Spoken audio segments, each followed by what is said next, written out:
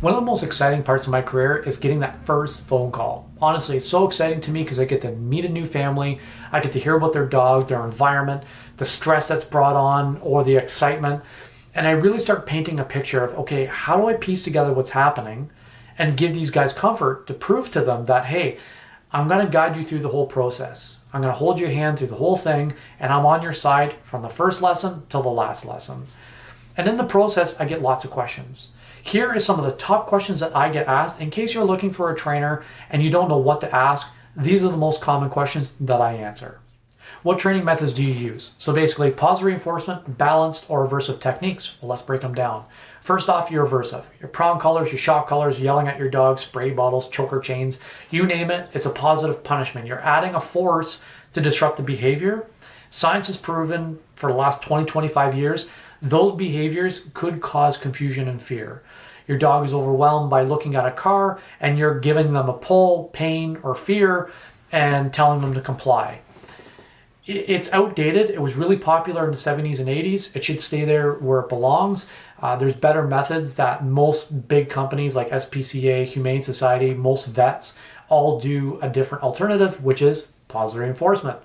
So reward-based training, positive reinforcement. Instead of getting mad at your dog for making the wrong choice, we guide your dog down the right choice and reward when they do it. So you're always trying to stay 3 or 4 steps ahead to make sure that your dog is thinking for themselves, but making the right choice. Now, go back to the reactive dog. Instead of getting mad at your dog, we do plans B, C, and D because A right now is causing my dog to be overwhelmed, and through rewards like treats, touching, talking, toys, if I can't get my dog to focus back on me, I know they're overwhelmed, so I'm going to work around that and I'm going to start actually rehabilitating the problem. What we do is exposure therapy. If I know your dog's overwhelmed, putting them beside another dog is not going to solve the puzzle. If it is, it's coming with a cost. And so we try to do it most humanely, and we reward, again, with touching, talking, treats, toys. I've used foraging. Your dog loves to sniff a bush. Okay, we use that for the reward system. All fun games that creates a strong bond with the minimalist amount of side effects, as well as creating that strong trust that, hey, I see that dog now, but my person is telling me I'm going to be safe. I feel a lot better. Then we have the middleman, the balanced. And a wise trainer once says, a balanced trainer is a trainer who wants to do positive reinforcement but doesn't have all the tools yet, so they go back to aversive. I don't fault them. In fact, I don't even judge any trainer. We're all trying to do the same thing, just helping where we can. The downfall is just some people are stuck on old, outdated techniques. They refuse to learn more stuff, and it's unfortunate for the dog world. But again, they're trying their best to help with the knowledge that they have at the time. So how much experience do you have? What training education do you have? Kind of what's your background? So I've been training for about 4 years. I've trained probably a little under 1,000 dogs at this point. I got to check because I'm around 950, somewhere around there. And the education side, I have an international dog training certification, behavioral modification under the International Dog Training Association. As well, I've written my exam, waiting for results for my CCPD TKA. Pretty much anytime you're watching this video, I will be in a program. With science, it's always evolving and getting better as we speak. So I want to be up to date with the latest and greatest techniques. Right now, I'm in a program, and by the time you watch this, say 6 months from now, I'll be in a different program. The day that I think that I know everything about dog training and I don't need to learn anything else, it's the day I should hang up the leash and never train again, because we're always adapting and learning new things with science.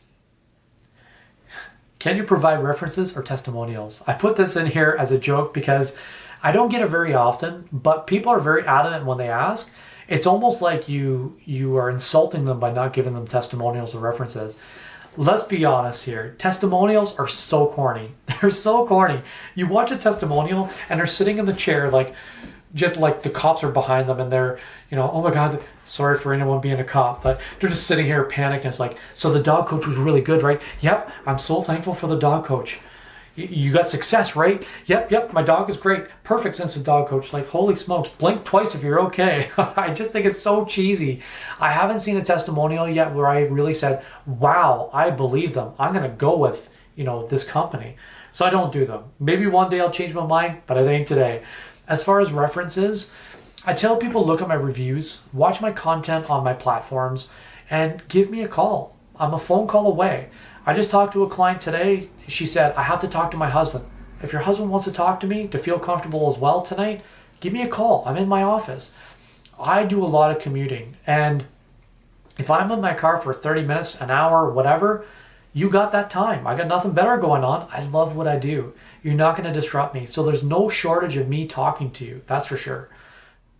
All right, to save the best for last. What's your policy if the training isn't working? That's a great question. So if people say, all right, Jack, I bought the 4-lesson pack off you, what guarantees are you going to give me? I don't guarantee anything because there's so many factors in it. What trauma does your dog have? What's the environment? Are you doing the training effectively and consistently? There's too many variables. Instead, what I promise my clients is that you're going to have someone on your side the entire process. So whether you buy 1 lesson, 4 lessons, 8, 12, it doesn't matter. You're going to have someone who's by your side who's trying to be like a best friend. I want you to trust that I'm not here to judge, and I want success for your dog enough that you message me as often as you want. And I have clients I message every day. We chat. Okay, Jack, we're walking and this happened. What should we have done? They want to get as close to perfect as they can. And I love it because then that way, when we're talking every day, instead of the next lesson, us doing a catch up of 15 different problems, we're up to date and we're ready to work on the next thing. I pride myself on being there for my clients. And that's what I do when the policy isn't working. If we're having an open conversation, I have 1,000 different ways that we can get success. It's just a matter of understanding what's happening in your home. So guys, these are the top questions I get asked. Again, if you have any further questions, visit thedogcoach.ca, check out my platforms, Dog Coach Jack, and ask away. Can't wait to hear from you.